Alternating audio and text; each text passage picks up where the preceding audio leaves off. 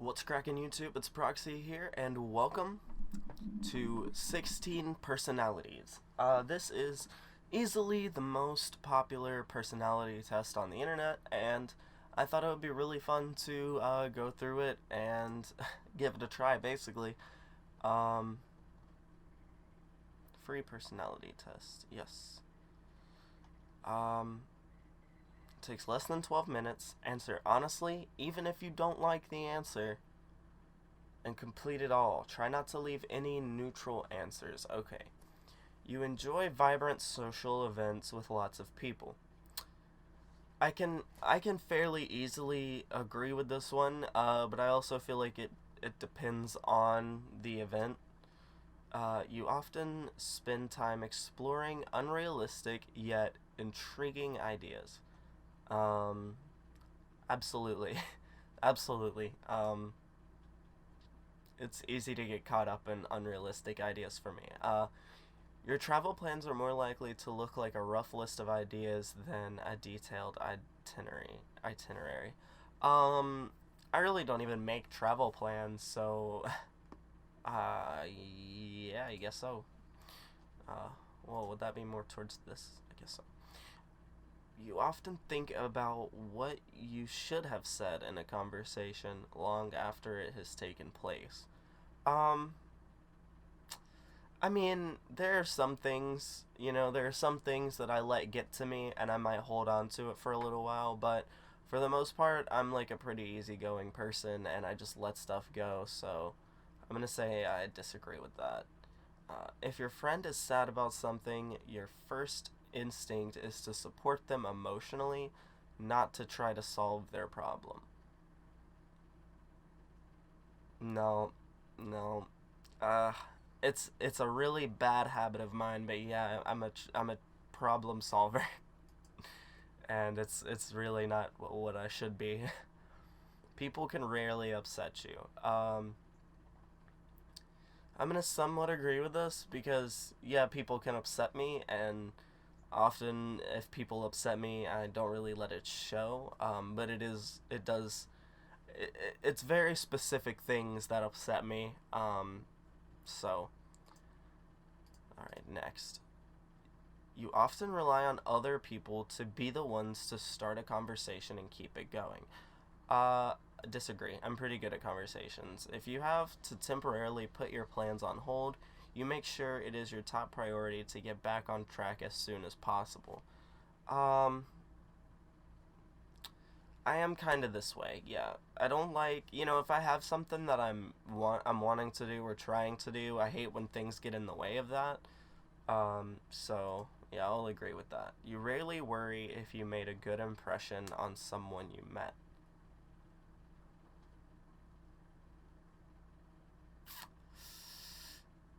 I'm gonna slightly disagree because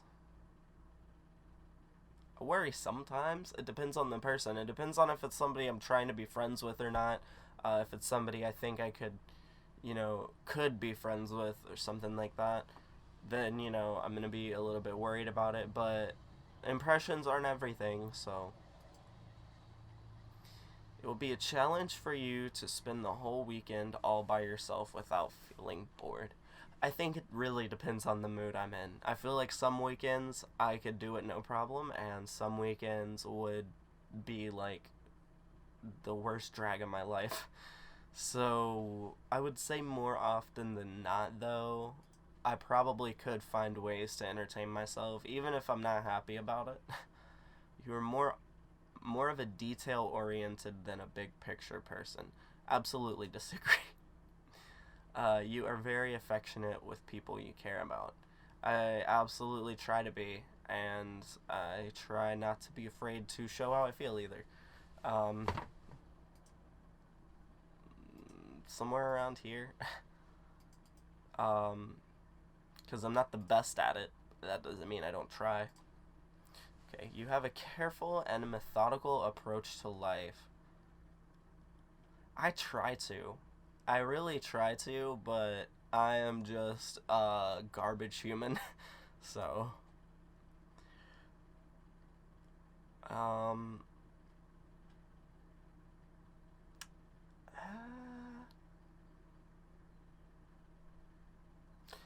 you're still bothered by the mistakes you made a long time ago. Disagree. At parties and similar events, you can mostly be found farther away from the action. Um, like I said, it depends on the event. It depends on who's there. It depends on what the atmosphere, the energy is. But I would say I slightly agree. You often find it difficult to relate to people who let their emotions guide them. Uh, I disagree with that. I think I can relate to people who are more emotional or more driven by emotion. When looking for a movie to watch, you can spend ages. Yes. I don't want to waste my time watching a shit movie. You can stay calm under a lot of pressure. Depends on the pressure. See, a lot of these questions are like that. I can stay calm under pressure, but I can also lose my shit under pressure. It just depends on the kind of pressure. So I'll go there. Okay, when in a group of people you do not know, you have no problem jumping right into their conversation. Am I supposed to be?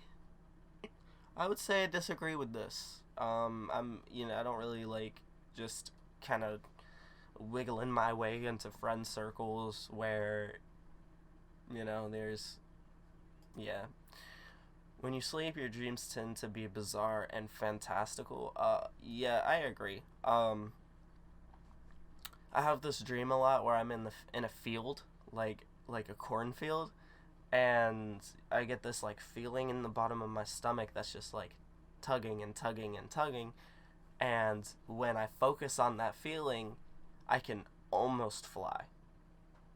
I would say that's pretty fantastical. So, in your opinion, it is sometimes okay to step on others to get ahead in life. I don't think it's okay to ever step on somebody, but I feel like it happens sometimes, like, unintentionally. So, you're dedicated and focused on your goals, only rarely getting sidetracked. I completely disagree with this. I'm a terrible procrastinator, and no matter how much I want to be focused on something, it's so easy for me to completely move on. If you make a mistake, you tend to start doubting yourself, your abilities, or your knowledge. Um, I feel like I used to be worse about this than I am now, but I slightly agree with that. When at a social event, you rarely try to introduce yourself to new people and mostly talk to the ones you already know. If there are people I already know at a party, I will absolutely go to them. But a lot of the times, if you go somewhere to a social event or a party or something like that, and you know people there, it's likely that those people know other people there, and so that's a good bridge to introducing yourself to new people. So I would say I somewhat disagree with that one.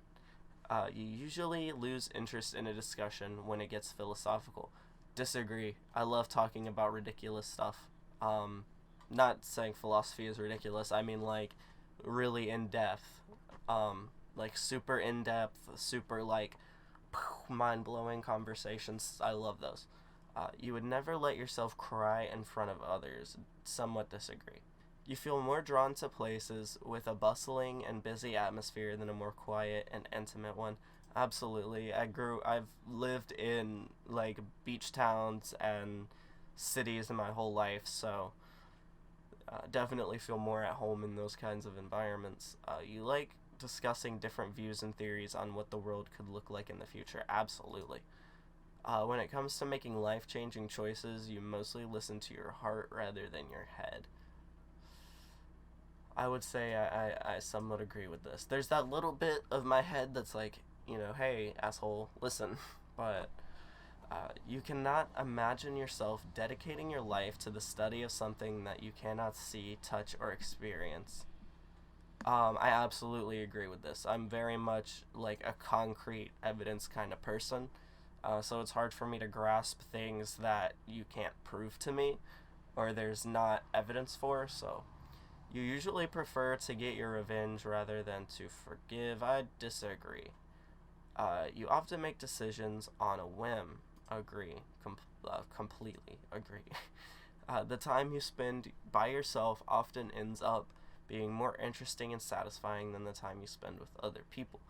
I disagree with this. Like, sometimes, but as long as you're around good people, you'll have a really interesting and fun time. You often put special effort into interpreting the real meaning or the message of a song or movie. Yes, absolutely. You always know exactly what you want. I completely disagree. Nobody always knows exactly what they want. You rarely think back on the choices you made and wonder what you could have done differently.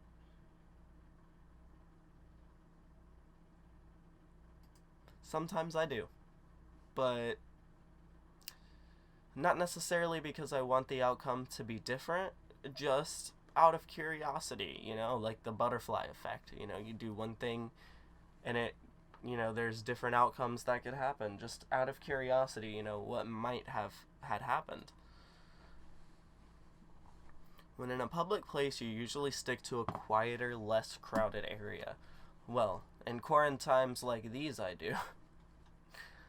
You tend to focus on present realities rather than future possibilities. Disagree, I think, yeah. I always try to look past the things that are going on in my life now to be like, oh yeah, if there's something bad going on, this isn't how it's going to be because the future will hold this. So, you often have a hard time understanding other people's feelings. Sometimes it's a little hard for me to empathize, but damn if I don't try. When starting to work on a project, you prefer to make as many decisions up front as possible. Absolutely. Just because I'm not good at plans doesn't mean I don't like to have one. When you know someone thinks highly of you, you also wonder how long it'll be before they become disappointed in you. I mean, if they do, then fuck it. You feel comfortable just walking up to someone you find interesting and striking up a conversation. This is an interesting question because I feel like there are parts of my life where I would absolutely disagree. But I found the older I get and the more people I interact with on a day-to-day basis, having jobs where you are having to talk to a new person like every 5 minutes, it makes it easier, so I will say I agree. You often drift away into daydreaming about various ideas or scenarios. Absolutely. You look after yourself first and others come in second. This is an interesting question. It depends on who the people are, because there are some people I would absolutely put myself in front of, and there are some people that I never could. So I would say I disagree, just because there are people that I would never, ever, ever put in front of myself. So even when you have planned a particular daily routine, you usually just end up doing what you feel like at any given moment. Completely agree. Your mood can change very quickly. I disagree. Normally, whatever mood strikes me is the mood I'm in. You often contemplate the reason for human existence or the meaning. Oh, absolutely. Who doesn't? You often talk about your own feelings and emotions. I do, but only to certain people.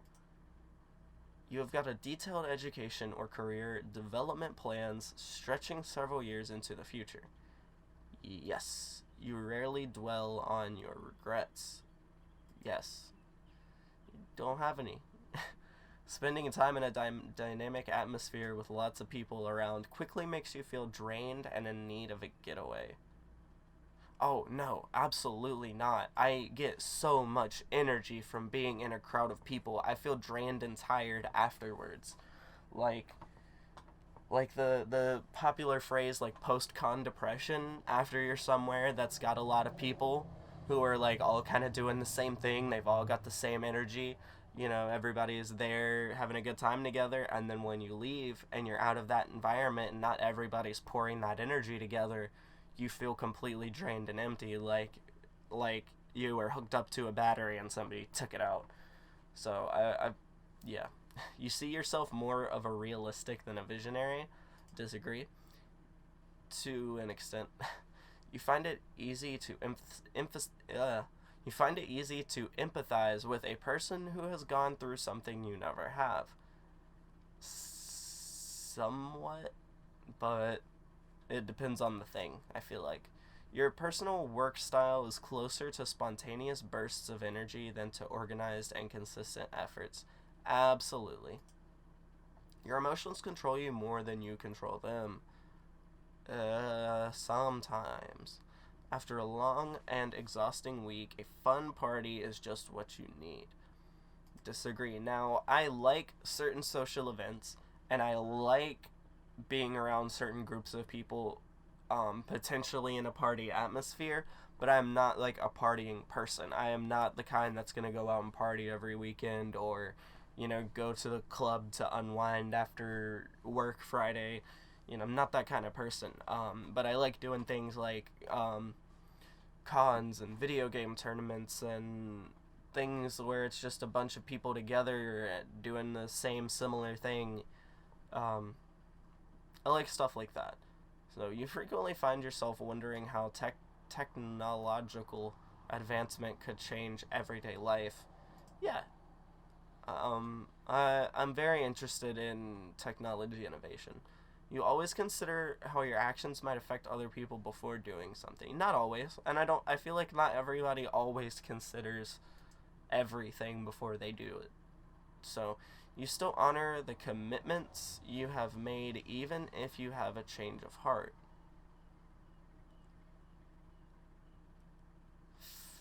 I don't know. I feel like I might disagree with this. Is that bad?